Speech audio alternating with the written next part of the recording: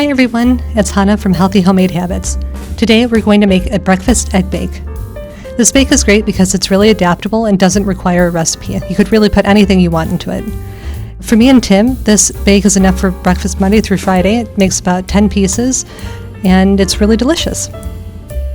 So for this bake, you're going to need 10 to 12 eggs, some milk, shredded cheese, vegetables, any type that you want, potatoes, and salt and pepper.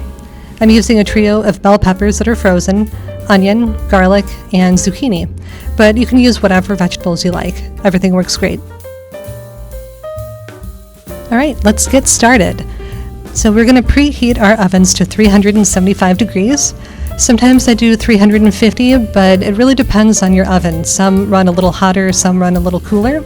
So it's kind of just up to whatever you know your own oven does.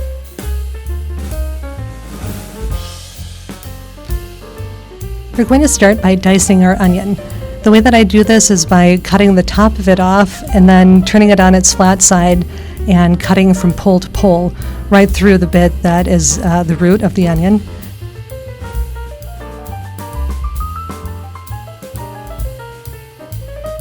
And then I take the onion skins off. This one was a bit of a tough onion, so it took me a little bit of time. Now that our onion is peeled, I'm going to lay it on its flat edge on the cutting board. It's always safest to cut anything that's kind of round or oblong on the flattest edge that you can so that it doesn't roll around. Now with this half of an onion, I'm going to make a slice right down the middle of the onion, making sure not to cut all the way through to the end where the root of the onion is, because we want to have a base that anchors all of our dices. From there, I'm going to make a slice every 1/4 of an inch on either side of that initial slice. Make sure you have a really firm grip on the onion so that it doesn't move around and that you're not at risk of having your knife slip on you. Then turn your onion and start chopping the opposite direction. From this, you'll have small dices of onion. There's this technique that professional chefs like to show on TV where they take their knives and they hold it kind of horizontally to the onion and they make slices on the smaller flat bit. And I find that that's a little fiddly, it's a little dangerous for me to do, so this is the preferred method in our house. The next thing that we want to do is shredder cheese. I'm using 2 different kinds of cheese today, a sharp cheddar and also a spicy pepper jack, but any type of cheese that you like. Whatever you do, just use a block, because when you use a pre-shredded cheese, they don't melt very well. There's something called cellulose that covers all the cheese so that it doesn't stick together in the bag, but that also prevents it from melting really well in whatever you're cooking. I use the medium hole on the box grater. I would aim for maybe about 1 cup to 1.5 cups of cheese. Anything less than that, I think it might be a little bit thin, but it's up to you. It's your call. We're going to shred the zucchini using the same side of the box grater.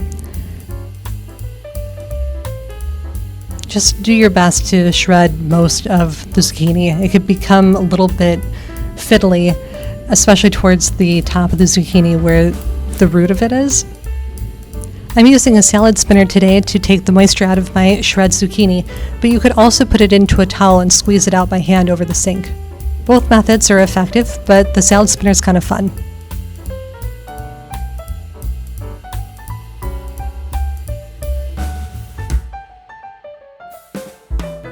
We'll head over to the stove to start cooking our sausages. Heat the stove to medium-high heat, and I'm using a cast iron pan today. You could use whatever pan you feel most comfortable with. I test the heat of the pan with my hand, and when I feel the warmth coming up through my glove, I know that my pan is hot and ready.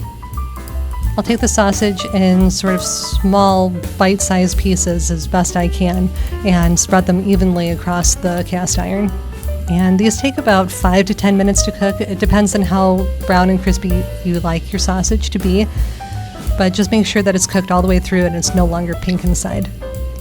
When the sausage is cooked through, just put it into a bowl and set it aside for later.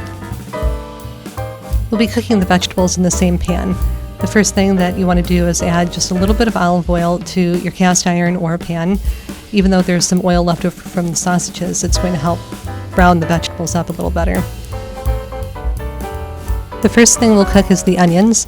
You want to make sure that they start to soften a little bit before you add your zucchini.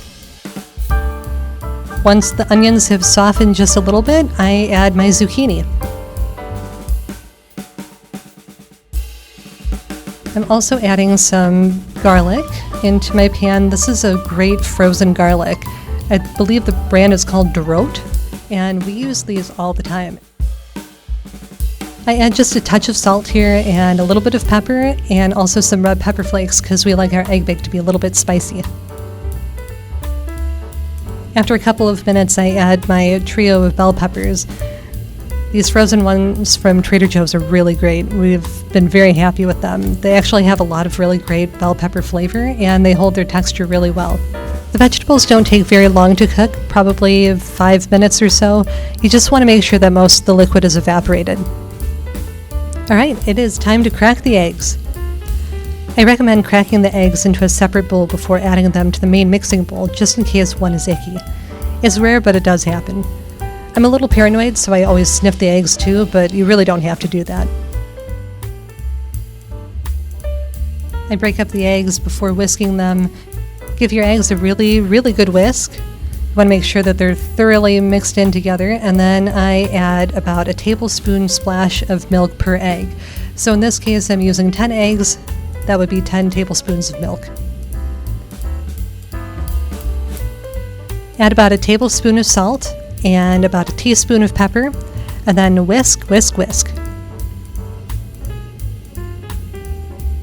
The last step here is to add your cheese. Then whisk again. For this size bake, we're going to be using a 9 by 13 inch pan, and I prepare it by drizzling olive oil on the bottom.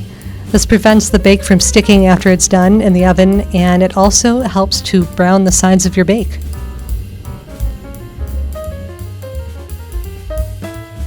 I'm going to sprinkle in my shredded potatoes. You could use diced here, or you could use shredded. If you're using a fresh potato that you've diced, I would recommend parboiling those first so that they don't come out hard when the bake is done. Spoon in your cooked vegetables, making sure to cover the potatoes completely.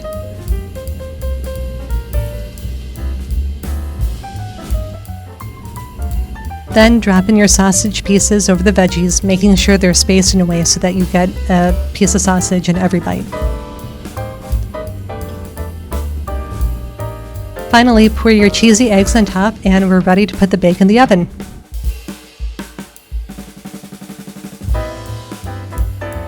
I'm actually making 2 bakes here, so I'm going to be using my lower oven today. And this is our sweet little dog Amelia. She was very helpful in the kitchen. The oven rack should be set in the middle. We'll put 35 minutes on the timer, but my oven usually takes another 10 to 15 minutes. I check it every 5 minutes or so after the 35-minute mark and make sure that the middle isn't jiggly anymore. You want the egg bake to be firm throughout and have brown edges. When the egg bake is finished, I usually set it on a cookie rack to cool. It takes about an hour, and then I just wrap the whole baking sheet in foil and keep it in my fridge. And there you have it. The egg bake is done, and you have breakfast for every day of the work week. I hope you try making this egg bake. Let me know in the comments if you tried it and what veggies you chose to use. I'd love to hear about it. And if you like this video, please give it a thumbs up and subscribe to see what we're making next. Bye everyone!